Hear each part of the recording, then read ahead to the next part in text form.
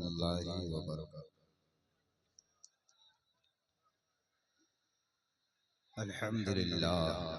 अल्हम्दुलिल्लाहि वकफ़ा वस्सलातु वस्सलामु अला सय्यदिल अंबियाइ मुहम्मदिल मुस्तफ़ा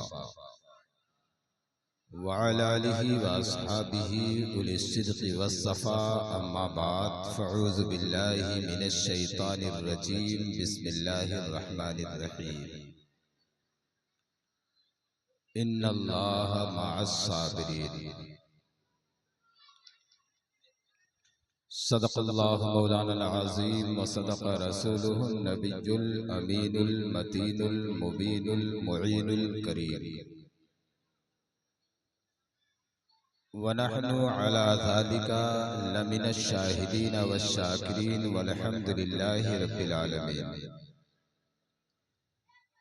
सरवरा शाहा करीमा दस्तगीरा अशरफा हुर्मते रूहे पैगंबर एक नजर कुन सूये माँ। बारगाहे रिसालत माब सल्लल्लाहु ताला अलैहि वसल्लम में अक़ीदत व मोहब्बत के साथ दुरूद शरीफ पढ़ें।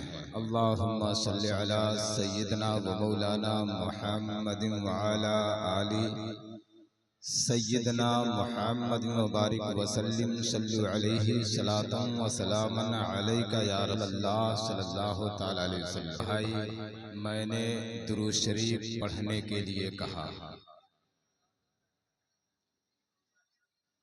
जानते हो, मेरे मुस्तफ़ा खुद फरमाते हैं कि जो मुझ पर दुरूद पढ़ना भूल गया वो जन्नत का रास्ता भूल गया।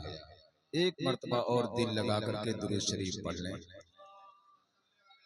अल्लाहुम्मा सल्लि अला सय्यिदना मौलाना मुहम्मदिन व अला आलि सय्यिदना मौलाना मुहम्मदिन व बारिक व सल्लिम सल्लु अलैहि सलातुन व सलामन अलैका या रसूलल्लाह सल्लल्लाहु तआला अलैहि वसल्लम।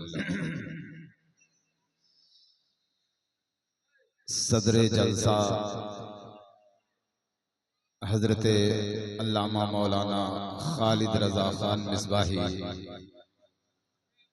की अच्छी सदारत में ये महफिल अपने कामयाबियों की मंजिलों को तय कर रही है। नकीब सदाबहार, नकीब अहले सुन्नत हजरत अल्लामा मौलाना महताब रजा अदीब की बहुत अच्छी निजामत हो रही है। अल्लाह इन्हें सलामत रखे। मुझसे पेशतर बड़ी जानदार शानदार नातखानी आपने समात की। हजरत फिरोज अरकम इस वक्त मेंबर रसूल पर जलवा अफरोज हैं। मेरे बाद इंशाअल्लाह आप उन्हें भी सुनेंगे, लेकिन जिक्र हुसैन हो रहा है। मेरे भाई, आका हुसैन की महफिल जब नसीब हो जाए ना, तो मैं तो यहाँ तक कहता हूँ घरों से वजू करके आया करो, क्योंकि आका इमाम हसन, आका इमाम हुसैन से दोनों से रवायत है कि हमारी मोहब्बत में जिनके आंखों से आंसू के कतरे निकल गए, हम तब तक जन्नत में नहीं जाएंगे जब तक उसका हाथ पकड़कर लेकर जन्नत में न चले जाएं।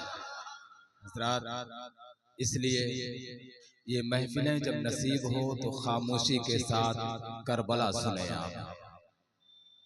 करबला जब आप सुनेंगे ना, तब आपको पता चलेगा कि करबला क्या है, इसमें कितना दर्द, कितनी तकलीफें। जब हम सुनेंगे तब हमें पता चलेगा। लेकिन मैं अब तक जो तारीखें पढ़ते आया हूं, पहले तो शेख सादी अलैहि रहमतुल रिज़वान का वो शेर आप सुने। वो कहते हैं, अगर खाही नामत बुअत दर्जा मकुन नेक नामे बुजुर्गाने हाल। कहते हैं अगर तुम नामवर होना चाहते हो तो अपने बुजुर्गों के नामों को न छुपाओ, उनके नामों का खूब खूब चर्चा करो। वो खुद फरमाते हैं 200 साल पहले के बुजुर्ग हैं। लेकिन मैंने जो तारीखे हुसैन निगाहों के सामने रखी अपने, अक्सर तारीखें करबला की याद दिला जाती है। आका इमाम हसन, आका इमाम हुसैन रजी अल्लाह ताला अन्हु के बचपन का जमाना था। तबीयत ज्यादा खराब हो गई। तो हजरत फिजा ने मन्नत मानी कि मौला अगर इन दोनों शहजादों को शिफा मिल गई तो हम लोग 3 दिन का रोजा रखेंगे। ये 3 दिन का ताल्लुक बड़ा पुराना है, तवज्जो से सुनिएगा। शहजादों को शिफा मिल गई तो हजरत फिजा ने मौलाए कायनात से अर्ज किया कि हमने मन्नत मानी थी कि अगर शहजादों को शिफा मिल जाएगी तो हम लोग 3 दिन का रोजा रखेंगे। तो मौलाए कायनात फरमाते हैं ठीक है, मैं बागीचे में काम करके जब लौटूंगा 2 दिरहम मिलेगा तो आटा खरीद कर लाऊंगा, उस रोटियां बनेंगी और उसी से हम लोग इफ्तार करेंगे। रोजा रख लिया गया। शाम को जब मौलाए कायनात 2 दिरहम में आटा खरीद करके लाए, रोटियां तैयार हुई, शहजादे बैठ गए, हजरत फिजा बैठ गई, मौलाए कायनात बैठे हैं। और जब इफ्तार का वक्त हुआ, जब इफ्तार का वक्त हुआ तो एक बच्चा सामने आया, मिस्कीन। वो अर्ज करता है कि मैं कई दिन का भूखा हूं, मुझे खाना कई दिन से मिला नहीं है, आज हमें पेट भर खाना खिला दे। मौलाए कायनात कहते हैं मैं अपने हिस्से का खाना उस मिस्कीन को दे रहा हूं। हजरत फिजा ने अर्ज किया हम भी अपने हिस्से का खाना उस मिस्कीन को दे रहे हैं। हजरत इमाम हसन इमाम हुसैन के बचपन का जमाना था। वो अर्ज करते हैं बाबा हम भी अपना खाना उस मिस्कीन को दे रहे अल्लाह की रजा के लिए। खाना दे दिया गया। दूसरा दिन आया, रोजा रखा गया, इफ्तार का वक्त हुआ, रोटियां तैयार हुई और जब इफ्तार का वक्त हुआ, जैसे ही इफ्तार करने के लिए बैठे तो एक यतीम बच्चा सामने आ गया। कहा मेरा बाप इस दुनिया में नहीं है, मुझे किसी ने खाना नहीं पूछा, आज मुझे पेट भर के खाना खिला दे। हजरत मौलाए कायनात कहते हैं देखो मैं अपने हिस्से का खाना इस यतीम को दे रहा हूँ। हजरत फिजा ने भी अपने हिस्से का खाना दे दिया। हसनैन करीमैन हजरत फातिमा अपने हिस्से का खाना उस यतीम को दे दिए। रह के फाकों में गरीबों को खिलाने वाले ऐसे होते हैं मोहब्बत के घराने वाले। 2 दिन का अरसा गुजरा, तीसरा दिन आया, मौलाए कायनात शाम को जब आटा लेकर के आए, रोटियां तैयार हुई और जब रोटियां तैयार हुई इफ्तार के लिए बैठे। इफ्तार करने वाले थे, एक कैदी आ गया, कहा कैद खाने में था, खाना नसीब नहीं हुआ, आपके दरवाजे पर आया है। किसी ने कहा नबी के घर की तरफ चले जाओ, उस दर से कोई आज तक खाली नहीं लौटा है, आपके दरवाजे पर आया हो तो कम से कम पेट भर खाना खिला दो। आपने सारा खाना उठा करके उस कैदी को दे दिया। अब आप अंदाजा लगाएं कि 3 दिन का अरसा गुजर रहा है, हसनैन करीमैन के बचपन का जमाना है, तरबियत कैसे की जा रही है भूखे और प्यासे रहने की। अल्लाहु अकबर, चेहरा तो सूख चुका था मौलाए कायनात का। इतने में आका करीम सल्लल्लाहु अलैहि वसल्लम तशरीफ लाए। आका इरशाद फरमाते अली बात क्या है, अली बात क्या है। तो जिब्रील अमीन नाजिल हो गए। जिब्रील अमीन अर्ज करते हैं या रसूल अल्लाह ये बात अली से ना पूछो, रब खुद फरमाता है हुआ क्या, रब खुद फरमाता है हुआ क्या। अल्लाह फरमाता है युतिमून अत्तामा अला हुब्बिही मिस्कीनन व यतीमन व असीरा। महबूब ये वो घराना है जो अल्लाह की रजा के लिए मिस्कीनों का पेट भरता है, यतीमों का पेट भरता है, कैदियों को खिलाता है। महबूब महबूब घर के अंदर जन्नत का दस्तरखान लगा है, अपने घर वालों से कह दो कि बैठ करके खाना। तो ये है हसनैन करीमैन जो 3 दिन का अरसा बचपन में गुजरा। तरबियत कैसे की जा रही है। अब आइए जरा करबला की तारीख को निगाह के सामने रखें, क्योंकि तफसीली गुफ्तगू करबला की तो की नहीं जा सकती है। अल्लाह अकबर। मुहर्रम की 9 तारीख है। अमर इब्ने साद ने कहा था कि हुसैन आ जाओ मैदान में, तो आका हुसैन फरमाते आज की रात हमें मोहलत दो। तो उसने सोचा कि शायद ये लोग तलवार को तेज करेंगे, नेज़े को तेज करेंगे, लेकिन इन्हें क्या मालूम है अल्लाह वाले जो हुआ करते हैं वो नेज़ों पर भरोसा नहीं रखते हैं, वो तलवारों पर भरोसा नहीं रखते हैं। आका हुसैन ने अपने तमाम सिपाहियों को इकट्ठा किया, अपने जानिसानों को इकट्ठा किया।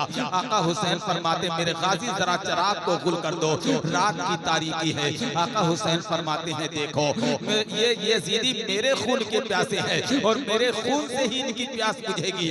मैं तुम्हें इजाजत देता हूँ, जो लोग अपने घर जाना चाहते हैं जा सकते हैं। तुम्हारे पीछे तुम्हारे माँ बाप हैं, तुम्हारे पीछे तुम्हारी औलादें हैं, तुम्हारे पीछे तुम्हारे घर वाले हैं। तुम में से जो लोग जाना चाहते हैं वो जा सकते हैं। आका हुसैन फरमाते हैं ये ना समझना कि हुसैन तुमसे नाराज हो गया है, बल्कि कल मैदाने महशर में नाना से कह करके तुम्हें हाथ पकड़ करके जन्नत में लेकर के जाऊंगा। अल्लाह अकबर। आका हुसैन ने मोहलत दी है। उसके बाद कुछ देर तक इंतजार किए। आका हुसैन फरमाते हैं मेरे गाजी जरा चराग को जलाओ, जरा चराग को रोशन करो। चराग रोशन किया जाता है। जितने लोग बैठे थे सब के सब बैठे थे, सबकी आंखें अश्कबार थी, आंखों से आंसू के कतरे जारी थे। एक शख्स ने अर्ज किया हुजूर आपकी औलाद से प्यारी मेरी औलाद नहीं है, इसलिए हमारी औलाद भी आपके नाम पर कुर्बान है। इतने में हबीब इब्ने मज़ाहिर सामने आए। हबीब इब्ने मज़ाहिर की उम्र तकरीबन 72 साल की या 78 साल की या 76 साल की थी। हबीब इब्ने मज़ाहिर आते हैं और अर्ज करते हैं हुजूर ये है मेरी गर्दन और ये है मेरी तलवार, अगर चाहे तो मेरी तलवार से अपने हाथ से मेरी गर्दन को जुदा कर दे, अगर चाहे तो मैदान में जाने की इजाजत दे दे। जरा एक मर्तबा इस बूढ़े को इजाजत दे दो, तब मैं यजीदियों को बताऊंगा मेरे अंदर ताकत कितनी है। अगर यजीदियों को धूल न चटा दिया तो मेरा नाम हबीब इब्ने मज़ाहिर।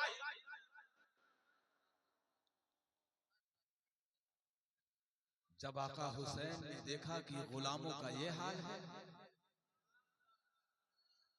तो आका हुसैन फरमाते हैं अपने रब को मनाओ, अपने रब को मनाओ। कोई कुरान पढ़ रहा है, कोई नवाफिल पढ़ रहा है, रातें इबादत में गुजर रही है। सुबह की सफेदी नमूदार होने वाली थी।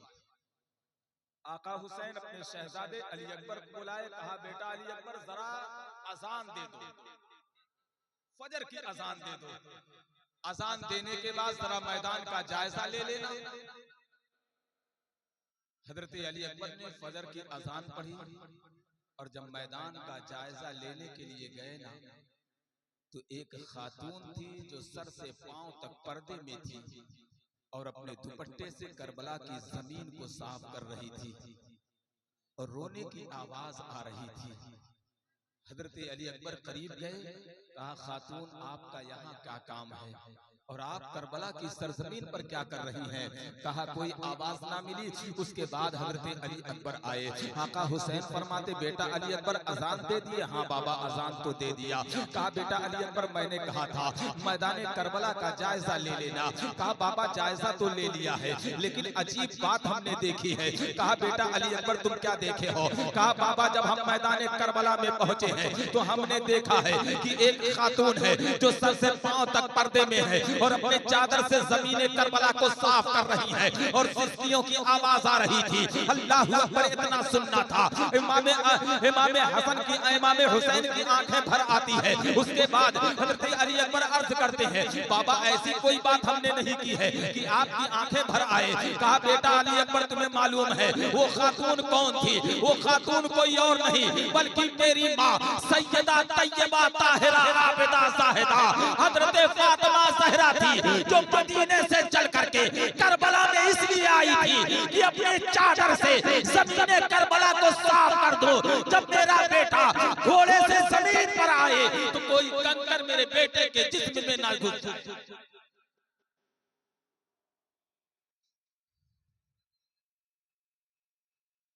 फजर की नमाज हुई,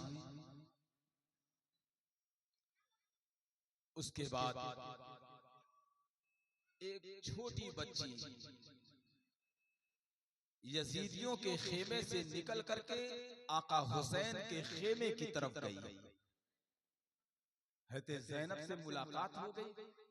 कहा बेटी तू कौन है? कहा बेटी तू कौन है?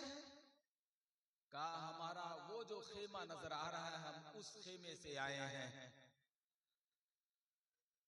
कहा किसके घर की हो? कहा मेरे बाप का नाम है हुर। फिर तू हमारी मेहमान हुई है। देखो इस वक्त हमारे पास देने के लिए कुछ नहीं है, कभी हमारे मदीने आना, तुम्हें बताएंगे मेहमान नवाजी किसको कहते हैं। यहाँ तो हमारे पास पानी नहीं है कि हम तुम्हें पानी पिला सके, हमारे पास कोई खाने की चीज नहीं है कि हम तुम्हें खिला सके। अल्लाह अकबर। हज़रत ज़ैनब की गुफ्तगू वो बच्ची सुन रही है तो बच्ची की आंखें भर आई है। इतने में हज़रत सकीना का गुजर सामने से हुआ तो हज़रत ज़ैनब ने सकीना को बुलाया। कहा ए बेटी सकीना, हमारे घर की ये रीत रही है कि हमारे घर पर कोई मेहमान आया है तो उसे हम खाली जाने नहीं दिए हैं। बेटी हमारे पास देने के लिए कुछ नहीं है, मगर तेरे कान में जो बाली है एक बाली निकाल करके इस बच्ची को दे दो। हज़रत सकीना के कानों से बाली निकाल कर जब उस बच्ची को दी गई, उसके बाद हज़रत ज़ैनब ने कहा था बेटी कभी हमारे मदीने आना, तब तुम्हें बताएंगे मेहमान नवाजी किसको कहते हैं। वो बच्ची जब अपने घर की तरफ चलती है तो बच्ची की आंख से आंसू के कतरे जमीन पर गिर रहे थे। अपने खेमे के अंदर दाखिल हुई तो बाप ने देखा तो बेटी को पहले सीने से लगाया। हज़रत हुर सीने से लगाते हैं, उसके बाद कहते बेटी वहां तू कहां गई थी? कहा बाबा वहां जाने के बाद ये पता चला कि जिंदगी किसको कहते हैं। कहा वहां जाने के बाद ये पता चला कि बाबा जिंदगी किसको कहते हैं। कहा क्या बात है? कहा बाबा उनके पास एक कतरा पानी नहीं है, उनके पास कुछ नहीं था, फिर भी ये देखो सोने की बालियां हमें दिए हैं और उन्होंने दावत दी है कि कभी हमारे मदीने आना तो बताएंगे मेहमान नवाजी किसको कहते हैं। कहा बाबा वहां से जब मैं चलने लगी ना 6 माह का बच्चा था और छोटी बच्ची झूले को झूला रही थी और बच्चे की प्यास से गर्दन टेढ़ी हो चुकी थी और वो बच्ची कह रही थी असगर थोड़ी देर में पानी आ जाएगा, असगर थोड़ी देर में पानी आ जाएगा। वो बच्ची कहती है बाबा हमारे पास तो नहरें हैं, क्या हम उन्हें पानी नहीं पिला सकते? कहा बाबा वो बड़े अच्छे लोग हैं, बड़े सखी लोग हैं। तो हुर ने कहा बेटी तू बताई नहीं होगी तू किसकी बेटी है, क्योंकि उनका पानी बंद हुआ है तो मेरी वजह से बंद हुआ। कहा बाबा अब तो मैं और कहूंगी, इतने बड़े सखी लोगों को हमने नहीं देखा।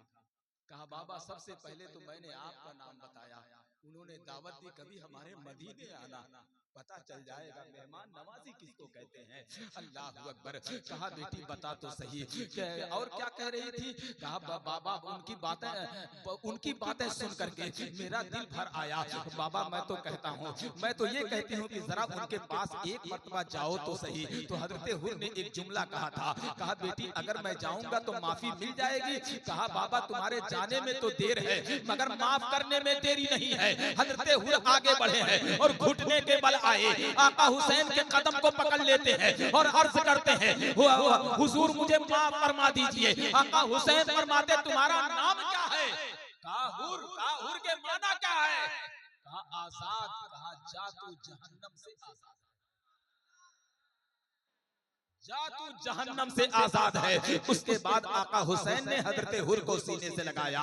अब हज़रत हुर को देखिए, अर्ज करते हैं हुजूर एक मर्तबा जरा मैदान में जाने की इजाजत तो दे दीजिए ताकि यजीदियों से बदला लेने का मजा आ जाए। अल्लाह अकबर। हज़रत इमाम हुसैन फरमाते हैं हुर तो मैदान करबला में जाएगा मगर दीन को बचाने के लिए जाएगा। हज़रत हुर मैदान करबला में अब आए हैं। आवाज दिया आमिर इब्ने साद को अपने सिपाहियों को जरा मेरे करीब भेज तो सही, आज तुझको पता चल जाएगा मेरे अंदर ताकत कितनी है। हज़रत हुर की तलवार निकली है और जब मैदान करबला में हज़रत हुर की तलवार लहराई है उसके बाद अम्र इब्ने साद ने 7 गुना ज्यादा सिपाहियों को भेजा था। ने काट करके अलग कर दिया था। उसके बाद अमर इब्न साद ने कहा था, हुर बता तो सही ये ताकत का जलवा इससे पहले हमने नहीं देखा। इस तरह तेरे ताकत का जलवा कभी हमने नहीं देखा। बता इतनी ताकत तेरे अंदर कहां से आई? तो हजरत हुर का जुमला सुनिए। हजरत हुर कहते हैं, कल तक मैं यजीदियों के टुकड़ों पर पलता था, इसलिए मेरे अंदर की ताकत खत्म हो गई थी। अब मैं हुसैन के टुकड़ों पे पल रहा हूं। अब जो भी दुश्मन आएगा काट करके अलग। मेरे हाल हजरत हुर की भी शहादत हुई। ये के बाद दीकरे जामे शहादत नोश फरमाते रहे। बारी आई नबी के घर वालों की। वक्त की किल्लत है, जो वक्त भी याद दिया गया है उसका मैं ख्याल रख रहा हूं। हजरत अली अकबर की ये शहादत सुने, तफसीली गुफ्तगू सुनना होगा किसी दूसरे मौके से, और इंशाअल्लाह करबला के बाद क्या हुआ कुछ शान बयान करके मैं अपनी तकरीर को समेटूंगा तवज्जो के साथ। शहादत बयान करने के लिए वक्त चाहिए। हजरत अली अकबर ने आका हुसैन को देखा। आका हुसैन से कहते हैं, बाबा क्या बात है? आका हुसैन फरमाते हैं, मैं मैदान करबला में जाने की तैयारी कर रहा हूं। तो अली अकबर कहते हैं, जिनके जवान बेटे होते हैं ना, वो बाप मैदान जंग में जाया नहीं करते। कहा, बाबा जरा मुझे मैदान में जाने की इजाजत दो। तो आका हुसैन फरमाते हैं, अली अकबर तुम तैयार हो जाओ। हजरत अली अकबर गए, कहा अम्मी जरा जोड़ा ले आओ। तो जानते हैं माँ तो माँ ही होती है ना, कपड़े को जिस्म से लगाकर कहती ये मेरे बेटे पर अच्छा लगेगा, ये मेरे बेटे पर अच्छा लगेगा। लेकिन इतने में अली अकबर कहते, अम्मी जान कोई सफेद जोड़ा है तो लाओ। कहा सफेद जोड़ा क्यों? कहा मुस्तफा की सुन्नत है सफेद जोड़ा, और सफेद जोड़ा इसलिए ताकि मेरे कफन का भी काम हो जाए और मुस्तफा की सुन्नत भी अदा हो जाए।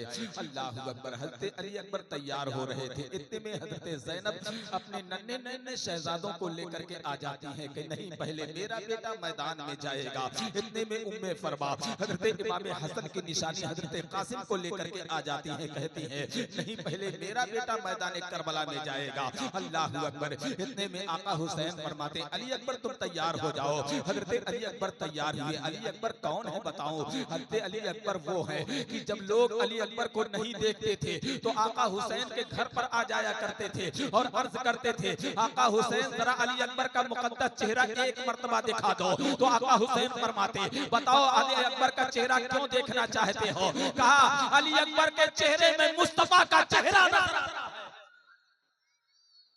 के चेहरे में मुस्तफा का चेहरा नजर आता है। अली अकबर की रफ्तार में मुस्तफा की रफ्तार नजर आती है। अली अकबर की गुफ्तार में मुस्तफा की गुफ्तार नजर आती है। अल्लाह अकबर।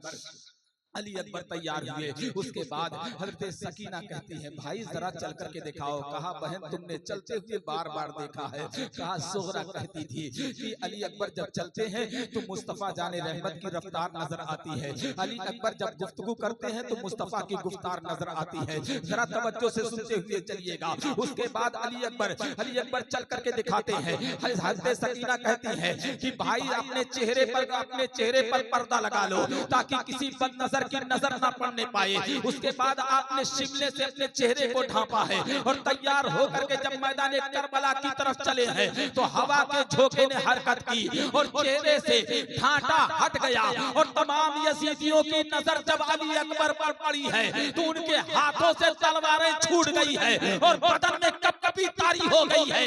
निकले मैदान में सजकर अली अकबर जिस दम जान दुश्मन की उन्हें देख के थर्राई है। क्यों थर्राई है? अकबर थे पैगंबर के मुशाबे बिल्कुल आदापन, समझेगी तस्वीरें नबी।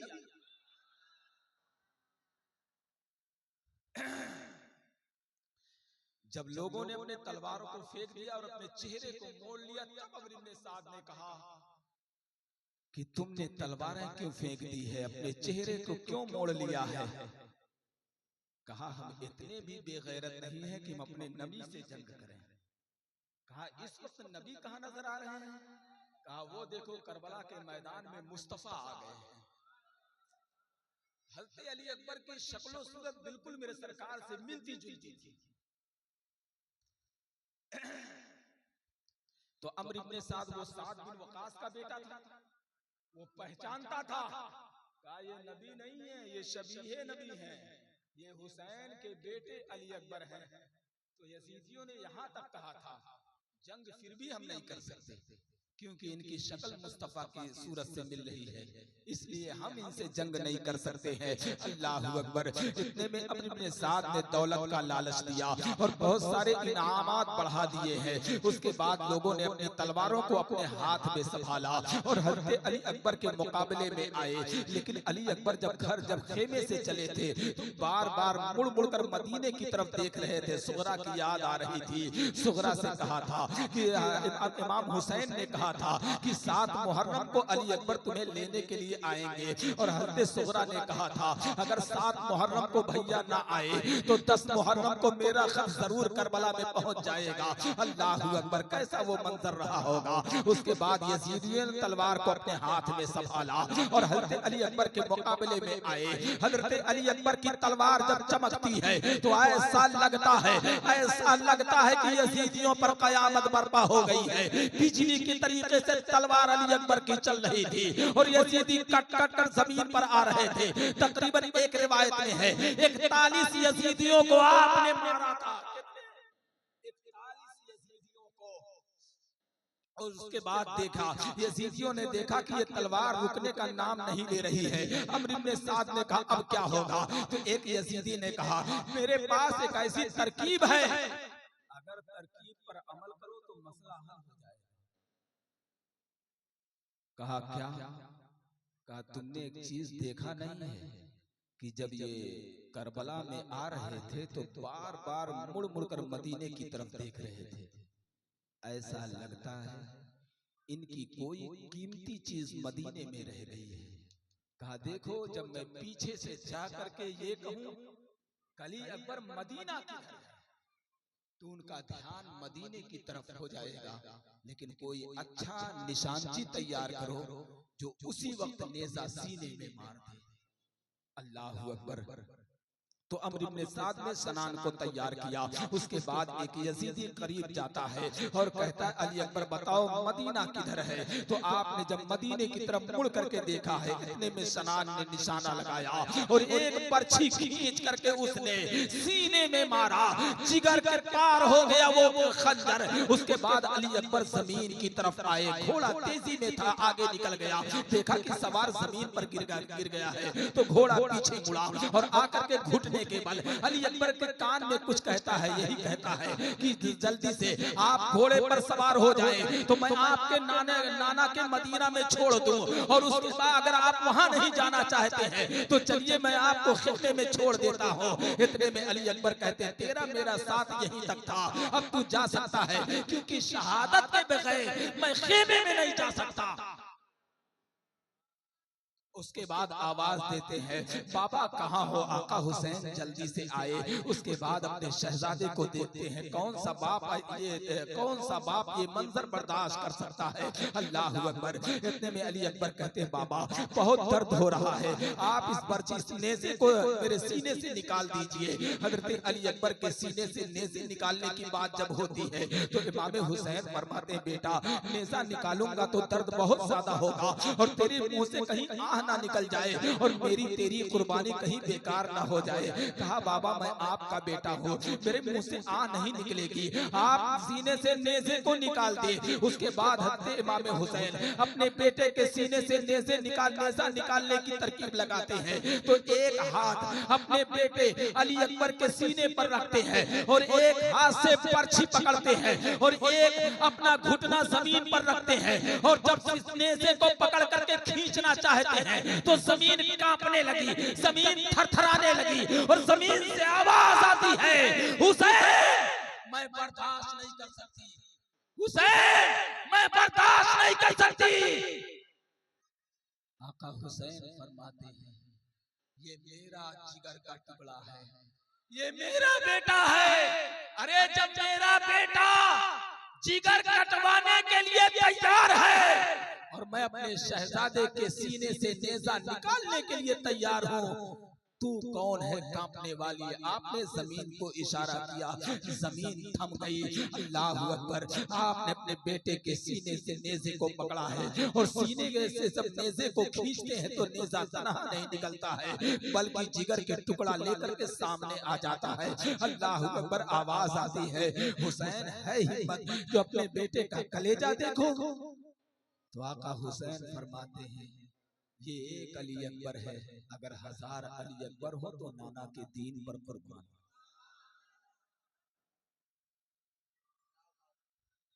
नेज़ा सीने से निकला।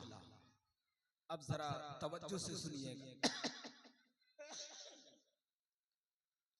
हजरत अली अकबर कहते हैं, बाबा आप मुझको अपने कांधे पर उठा करके खेमे में ले जाओगे? कहा हाँ बेटा। कहा नहीं, जवान बेटे की लाश को ना उठाना। दिन भर लाशों को उठाते उठाते बाबा थक गए हो, मुझे कैसे उठाओगे? कहा बेटा अगर तू साथ देना तो बड़ी आसानी के साथ मैं तुझे खेमे तक ले जा सकता हूँ। कहा बाबा जान कैसे? कहा पूरी जिंदगी मैंने तुझे कुरान पढ़ाया है, अब कुरान सुनाने का वक्त आ गया है। जब मैं तुझे अपने कांधे पर रखूं तो तू कुरान पढ़ना शुरू कर देना। हजरत अली अकबर को आपने अपने कांधे पर उठाया है। हजरत अली अकबर ने सूरह रहमान की तिलावत करना शुरू कर दी है।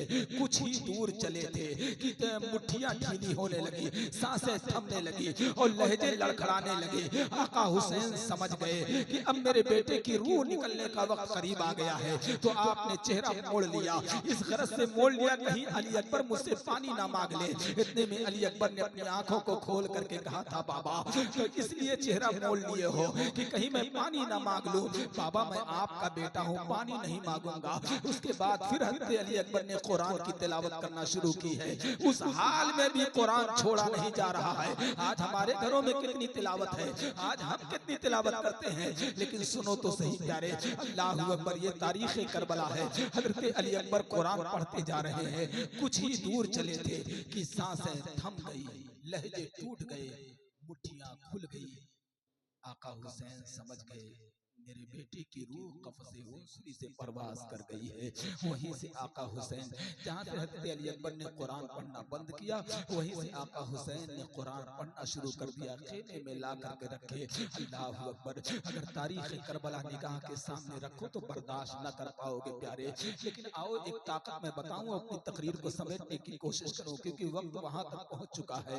अल्लाह अकबर। आका हुसैन की शहादत हुई। इब्ने ज़ियाद ने एक सवाल किया था कि अम्र इब्ने साद ये बता, क्या तुझको कभी रहम नहीं आया? क्या तुझको कभी रहम नहीं आया? कहा एक मर्तबा तो रहम आया था। कहा कब?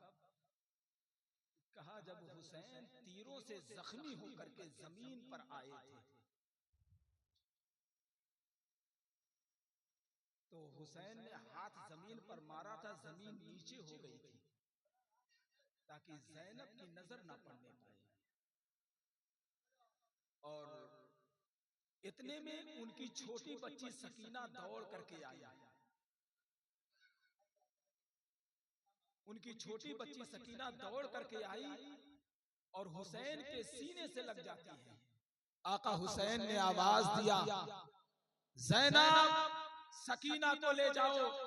हज़रत ज़ैनब आई और उस वक्त इमाम हुसैन ने कहा था, ए यजीदियों अपनी नजरों को हटा लो, मेरी पर्दे वाली बेटी मुझसे मिलने के लिए आई है।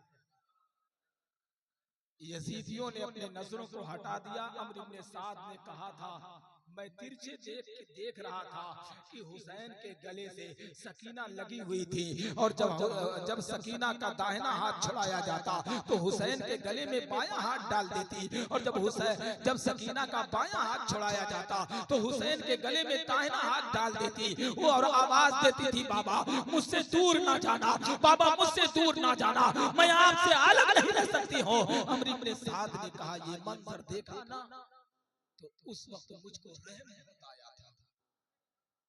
हज़रत ज़ैनब सकीना को लेकर के गई। अम्र इब्न साद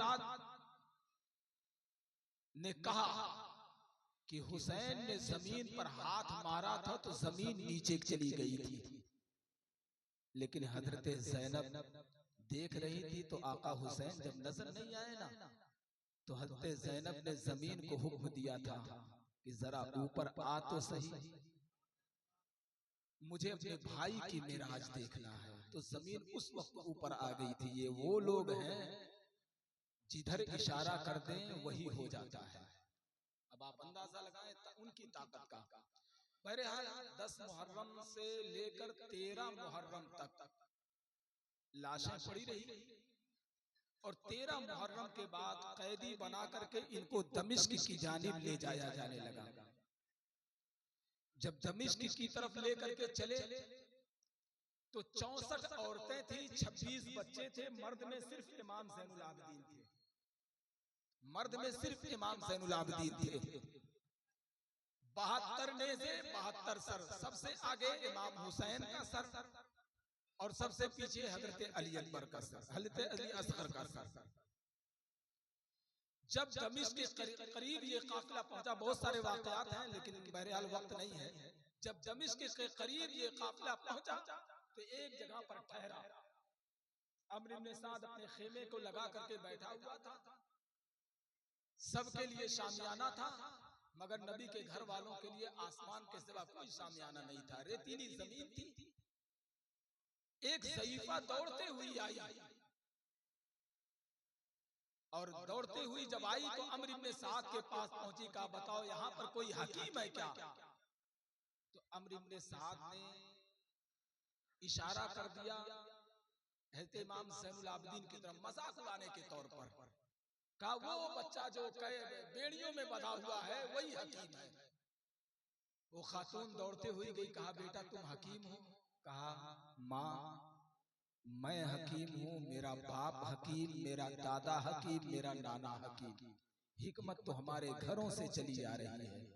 कहा बेटा जल्दी से चलो, मेरे साथ बेटी के बाद एक बेटा हुआ है और मेरे बेटे को कुछ काट लिया है, अनकरीब मेरा बेटा इंतकाल कर जाएगा, चल करके एक मर्तबा मेरे बेटे को देख ले। तो इतने में इमाम ज़ैनुल आबिदीन ने कहा कि देखो माँ, मैं इस वक्त बेड़ियों में हूँ, मैं कैसे जा सकता हूँ? अगर मुझे बेड़ियों से निजात मिल जाए तो मैं चल करके तुम्हारे बच्चे को देख सकता हूँ। इतने में वो खातून कुछ जेवरात लेकर के आई थी, अम्र इब्न साद के पास पहुंची। कहा इस बच्चे को थोड़ी देर के लिए जाने दो, तो जाने दो तो उसके बदले में मैं तुम्हें सोना चांदी दे दूंगी। सारे जेवरात को सामने रखी। अम्र इब्न साद ने जेवरात को देखा तो एक मर्तबा मजाक उड़ाने के तौर पर कहा था कि अगर ये बच्चा हकीम होता, अगर ये बच्चा हकीम होता तो क्या बेड़ियों में झगड़ा होता? हुसैन के शेर को जलाल आ गया। कहा नादान, तुम ये सोच रहे हो ये लोहे की बेड़ियां मुझे मजबूर की हुई है? अरे हम तो अपने रब की मर्जी पर हैं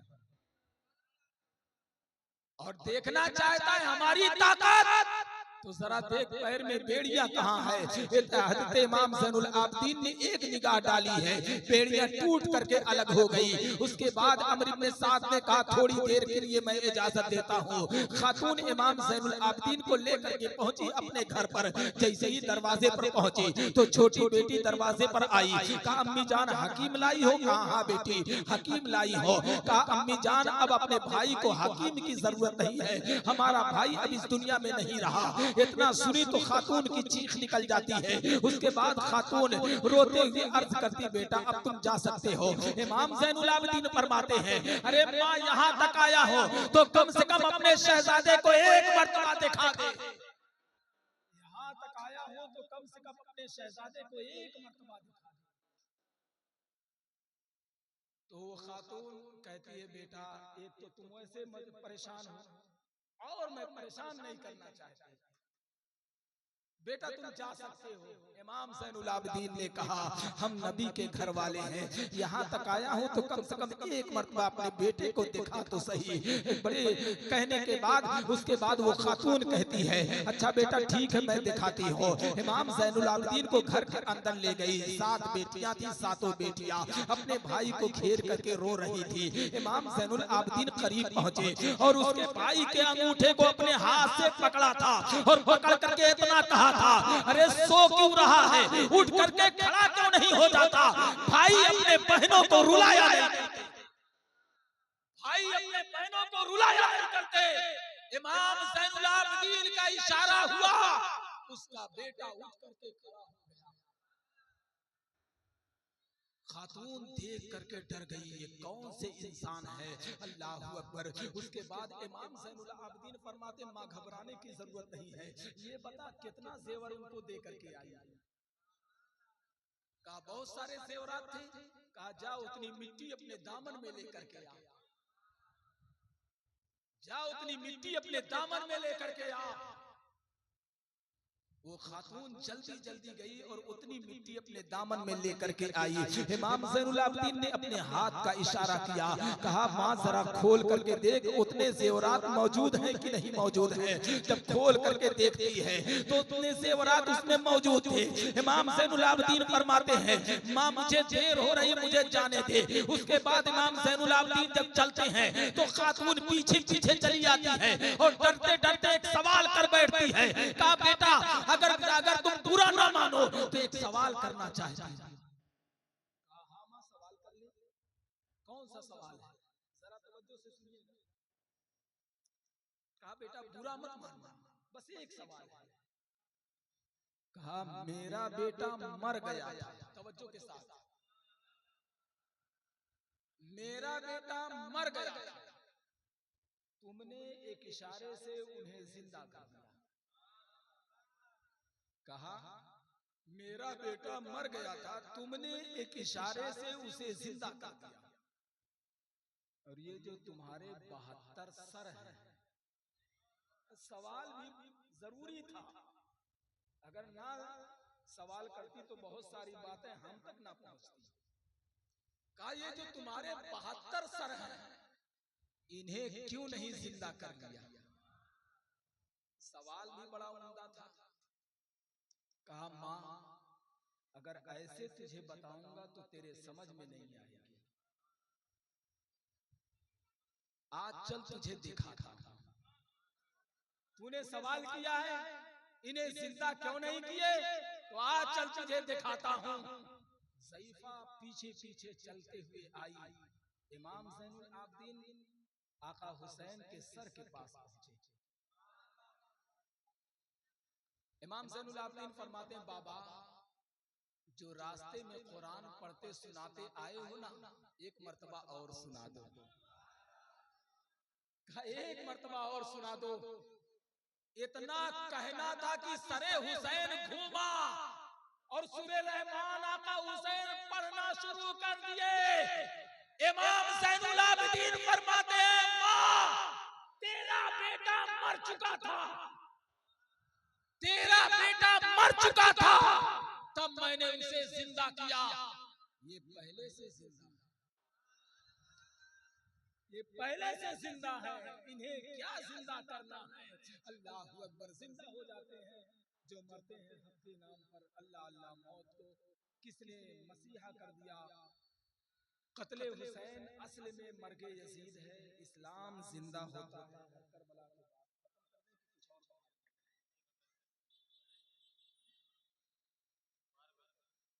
चलिए माशाल्लाह थोड़ी सी इजाजत मिल गई, हो सकता है कुछ बातें मैं और आप तक पहुंचा दूं। जरा बुलंद आवाज से कह दे सुभान अल्लाह। यजीदी आगे आगे चल रहे थे ढोल बजाते हुए। तवज्जो से सुनिएगा, बड़ी गहरी बात मैं अर्ज कर रहा हूं।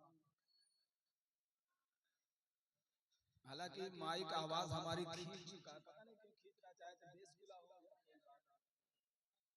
बराबर हम लोग बोलते हैं जल्दी।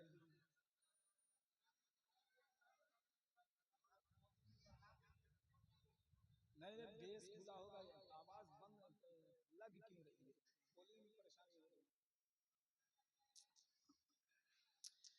यजीदी आगे आगे चल रहे थे ढोल बजाते हुए, खुशी में नाचते हुए। उसके बाद फिर इमाम ज़ैनुल आबिदीन हजरत